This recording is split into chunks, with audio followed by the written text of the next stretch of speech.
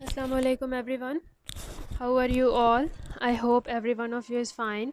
I'm here with another video lecture. My lecture number is 9 for class 10th जिसमें हम लोग gaseous exchange के बारे में बात कर रहे हैं. That is from the unit 10. This unit 10, this is actually the first unit of biology for class 10th. ये continuation में है from the previous class. So let us start. अपनी प्रीवियस वीडियो लेक्चर में मैंने आपको वेरियस डिफरेंट रिस्पायरेटरी डिसीज़ के बारे में बताया था, जिसमें हमने डिफरेंट पॉजिटिव एजेंट्स देखे और हमने देखा कि क्या नुकसानात हो सकते हैं, कौन से ऐसे डिसीज़ हैं जो कि रिपेयरेबल हैं, जिसमें इंसान या पेशेंट जो है दोबारा रिकवर कर लेता है, और कौन से ऐसे डिसीज़ हैं जिसके अंदर रिपेयर होना मुश्किल है. जैसे कि आपको मैंने बताया था ब्रोंकाइटिस. ब्रोंकाइटिस क्या है? जिसके अंदर ब्रोंकाई और ब्रोंक्यूल्स अफेक्ट हो जाते हैं और इनके अंदर इन्फ्लेमेशन हो जाएगी, म्यूकस डिस्चार्ज होगा. ब्रोंकाइटिस जो है 2 डिफरेंट टाइप्स का है, acute bronchitis and chronic bronchitis. Acute में पेशेंट जल्दी रिकवर हो जाता है, जबकि क्रोनिक में थोड़ा टाइम ज़्यादा लगता है फॉर रिकवरी. इसी तरह हम लोगों ने एम्फाइसेमा के बारे में स्टडी किया था. एम्फाइसेमा जिसके अंदर एल्वियोलाई वॉल जो हैं वो डैमेज हो जाती हैं ड्यू टू सम रीज़न्स, और जब तक इनके सिम्टम्स वाज़ होते हैं, एम्फाइसेमा डिसीज़ के जब तक सिम्टम्स वाज़ होते हैं तब तक 50 to 70% of lungs are already damaged. इसी तरह हम लोगों ने स्टडी किया था अबाउट द निमोनिया. निमोनिया क्या है, उसके अंदर क्या वजह बनती है कि वॉल्स ब्रेक डाउन हो गए तो पस और फ्लूइड जो है फिल अप हो जाते हैं इन द एल्वियोलाई, जिसकी वजह से प्रॉब्लम आती है. इसी तरह हम लोगों ने एस्थमा देखा. एस्थमा में जो एक एलर्जिक रिएक्शन है ड्यू टू डिफरेंट एलर्जेंस. जो पेशेंट सेंसिटिव होते हैं डिफरेंट एलर्जेंस से, उनके अंदर जैसे ही वो एलर्जेंस है उनका आमना सामना होता है, एलर्जन उनके बॉडी के अंदर एंटर होते हैं, the body starts to react, allergic reaction create करते हैं, एस्थमा हो जाता है, जिसकी वजह से पेशेंट को सांस लेने में भी प्रॉब्लम आती है और इसके लिए उसको इन्हेलर का यूज़ करना पड़ता है in order to reduce the effect of the allergic reaction. आज का जो हमारा टॉपिक है that is another respiratory disease and it is very important one, very dangerous one, lung cancer. यानी कि कैंसर की डेवलपमेंट लंग्स के अंदर. कैंसर एक्चुअली स्टूडेंट्स होता क्या है? कैंसर का मतलब है अनकंट्रोलेबल डेवलपमेंट या अनकंट्रोल्ड सेल डिवीजन्स. यानी कि अगर हम लोग बात करते हैं अपने नॉर्मल सेल के बारे में, अपनी नॉर्मल बॉडी के सेल्स के बारे में, उसके अंदर बॉडी के फंक्शंस के बारे में, तो हमारी बॉडी जो है हर चीज़ के उसमें हर चीज़ जो है कंट्रोल में है, चाहे वो सेल डिवीजन्स ही क्यों ना हो. तो हमारी बॉडी के अंदर ऐसा सिस्टम है जो कि सेल्स को अब नॉर्मल डिवीजन या अनकंट्रोलेबल डिवीजन से रोकती है. एवरी डे हमारे अंदर काफ़ी सेल्स ऐसे हैं जो कि डिवाइड होकर न्यू सेल्स बनते हैं, काफ़ी सेल्स ऐसे हैं जो शेड ऑफ हो जाते हैं, जो ख़त्म कर दिए जाते हैं. लेकिन अगर किसी वजह से ये जो कंट्रोल सिस्टम है ये सेल्स के ऊपर किसी ना किसी बॉडी में की जगह में अपना कंट्रोल लूज़ कर दे. कंट्रोल लूज़ करने से क्या होगा कि पहले जो एक सेल की डिवीजन है उसको लिमिटेड नंबर में रखा जाता था due to this control system.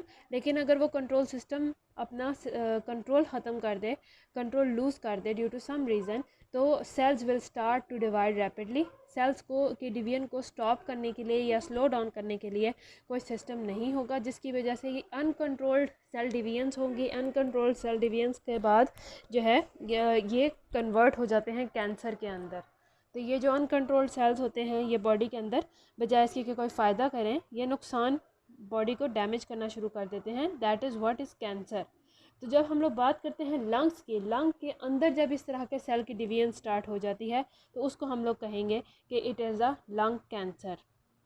The cells as they don't have any control on them, उनके ऊपर कोई भी कंट्रोल नहीं रहेगा बॉडी के सिस्टम का, जिसकी वजह से they will begin to divide again and again. वो बार बार डिवाइड करेंगे, रैपिडली डिवाइड करेंगे, अनकंट्रोलेबल होंगे, और जिसकी वजह से वो स्मॉल सेल्स बनाना शुरू कर देंगे, बॉल्स ऑफ सेल बनाना शुरू कर देंगे, जिनको हम लोग ट्यूमर्स का नाम देते हैं. ट्यूमर्स क्या है? वही balls of cell, balls of uncontrolled division of sales.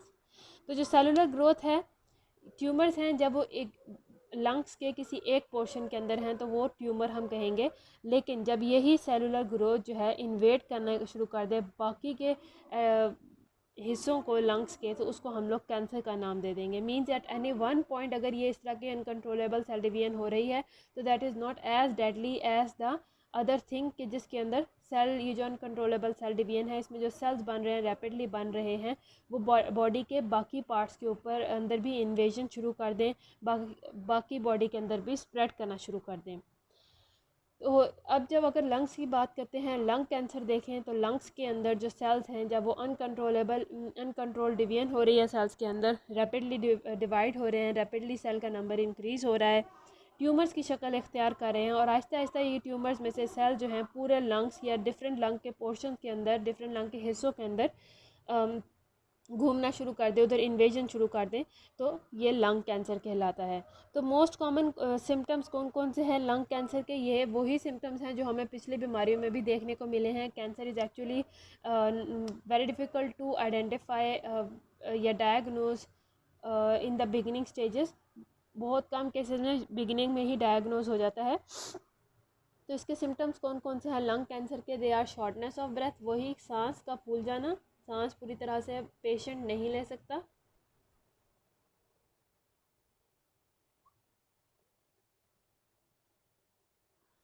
इसके अलावा है coughing, even cough with blood, खांसी आना ब्लड के साथ, खून के साथ।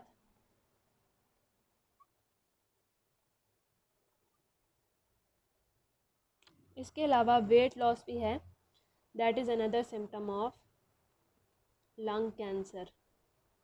तो लंग्स का मकसद क्या है? रेस्पिरेशन में हेल्प करते हैं, गैसेस एक्सचेंज में हेल्प करते हैं। अगर लंग्स के अंदर ही कैंसर डेवलप हो रहा है तो सबसे पहले तो वो जो रेस्पिरेशन का प्रोसेस है, गैसेस के एक्सचेंज का प्रोसेस है, वो डिस्टर्ब हो जाएगा, शॉर्टनेस ऑफ ब्रेथ होगी, कफिंग होगी एंड वेट लॉस हो जाएगा। ये तो सिम्टम्स थे। नाउ लेट अस सी कि क्या क्या कॉजेज़ हो सकते हैं जिनकी वजह से लंग कैंसर डेवलप हो सकते हैं। हमने ये कहा है कि there is uncontrolled division of cell. तो क्या वजह है जिसने सिस्टम को डैमेज कर दिया कि सेल्स जो हैं उनके ऊपर कोई कंट्रोल नहीं रहा और वो अनकंट्रोलेबली डिवाइड करना शुरू कर देंगे? तो उसके अंदर बहुत सारे सिम्टम्स ऐसे हैं जो जेनेटिक भी हो सकते हैं, बहुत सारे ऐसे उसमें वजूहात कॉजेज़ हो सकती हैं जो कि बाहर इन्वायरमेंटल हैं। अब हम लोग देख लेते हैं जो मेन कॉजेज़ ऑफ कैंसर हैं। वो सबसे पहले होते हैं कार्सिनोजेंस।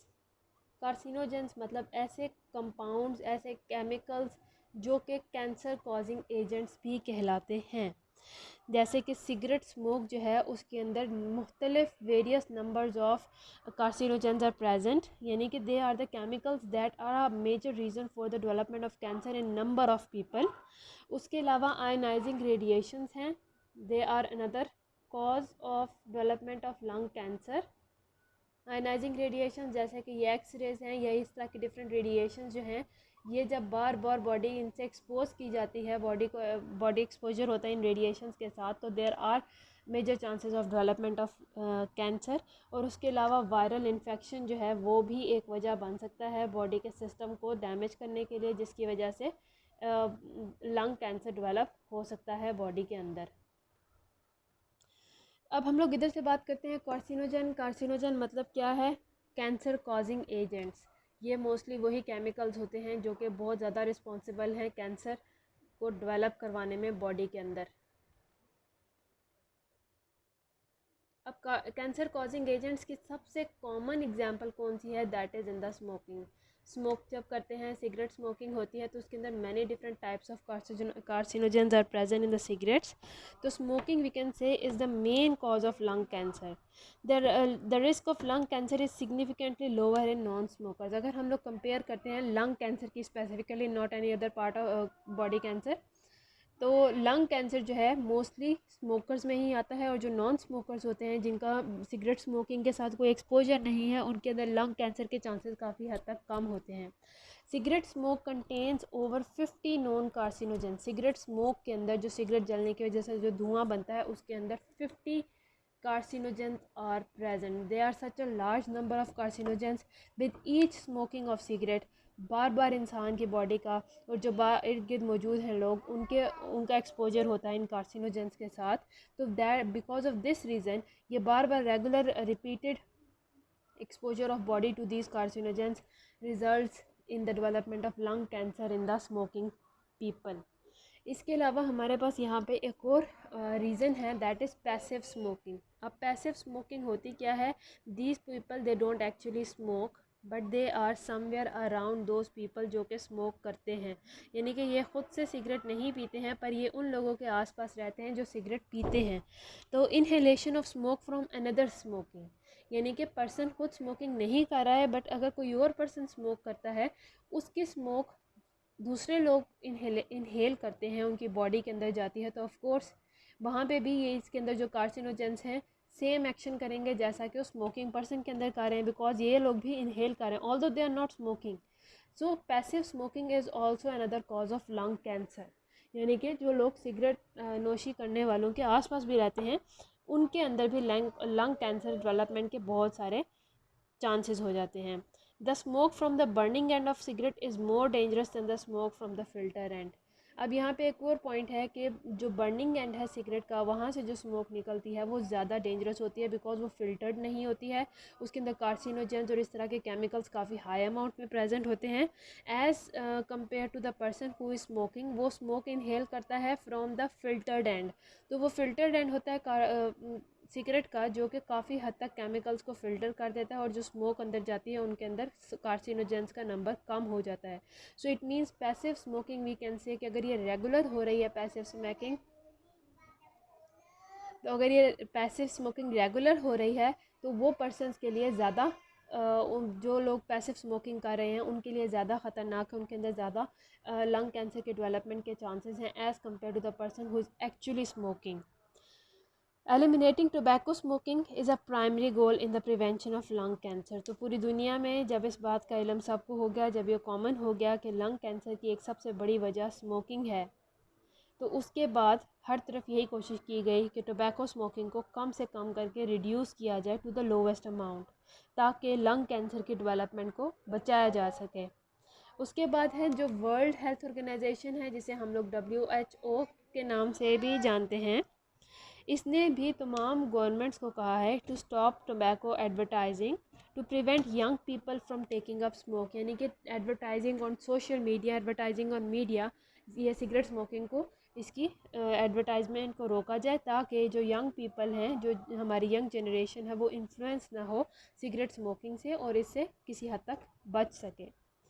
लंग कैंसर जो है it is the most common cause of cancer related death. यानी कि हम लोग अगर वो डेथ्स को काउंट करें जो कैंसर की वजह से हो रही हैं, उनमें से जो मोस्ट कॉमन कॉज है that is the lung cancer.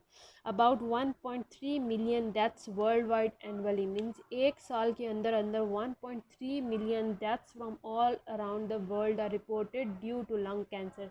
So we can imagine that how harmful and how dangerous this lung cancer is, और उसके अलावा सिगरेट स्मोकिंग भी किस हद तक ख़तरनाक है। So if a person stop smoking, वो पर्सन जो स्मोकिंग करता आ रहा है कई सालों से, अगर वो स्मोकिंग को रोक देता है, the chance to develop cancer decreases. जैसे जैसे वो स्मोकिंग को रोकेगा उसके अंदर वो जो टोबैको है, जो इनहेल करता था स्मोक, वो उसके अंदर जाना बंद होगी, आहिस्ता आहिस्ता उसकी बॉडी रिकवरी की तरफ आएगी।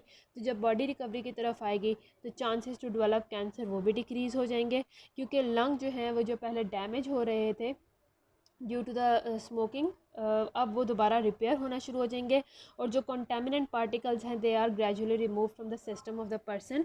तो यानी कि बॉडी के अंदर जो मेन एजेंट्स थे जो कि लंग कैंसर को कॉज कर रहे थे, वो अब जब बॉडी आहिस्ता आहिस्ता अपने सिस्टम को क्लीन करेगी after the person stop smoking, तो उसके बाद ही लंग जो पर्सन है वो बेटरमेंट की तरफ आएगा, उसके अंदर लंग कैंसर के डेवलपमेंट के चांसेस काफ़ी हद तक कम हो जाएंगे। तो ये था मेरा आज का लेक्चर। इसमें हम लोगों ने लंग कैंसर के बारे में पढ़ा है। ये लास्ट टॉपिक था related to the topic of what we say the disease respiratory disease. हम लोगों ने 5 डिफरेंट डिसीज़ के बारे में बात की है, जिसमें हम लोगों ने ब्रोंकाइटिस, एम्फाइसेमा, न्यूमोनिया, एस्थमा और लंग कैंसर के बारे में बात की है। हर एक के कॉजेटिव और एजेंट्स को देखा है, इनके अंदर सिम्टम्स देखे हैं। इनके काफ़ी सिम्टम्स एक दूसरे से मिलते हैं जुलते हैं, because all these disease are related to lungs. तो इसी वजह से इनके सिम्टम्स काफ़ी एक दूसरे के साथ मैच करते हैं। हर एक पे इनके इफ़ेक्ट्स क्या हैं, क्या नेगेटिव इफ़ेक्ट्स होते हैं लंग के ऊपर इन बीमारियों के, इन पॉजिटिव एजेंट्स के, हमने उनके बारे में स्टडी किया है। हम लोगों ने पैसिव स्मोकिंग के बारे में देखा है कि वो किस तरह से बॉडी को डैमेज कर रही है और as compare to the real smoker. तो उम्मीद है आपको इस लेक्चर की समझ आई होगा। यहाँ तक कोई भी प्रॉब्लम है, कोई कन्फ्यूजन है, तो you can discuss with me in the comment section. I am here to help you out and see you soon in my next video. Till then, अल्लाह हाफिज़.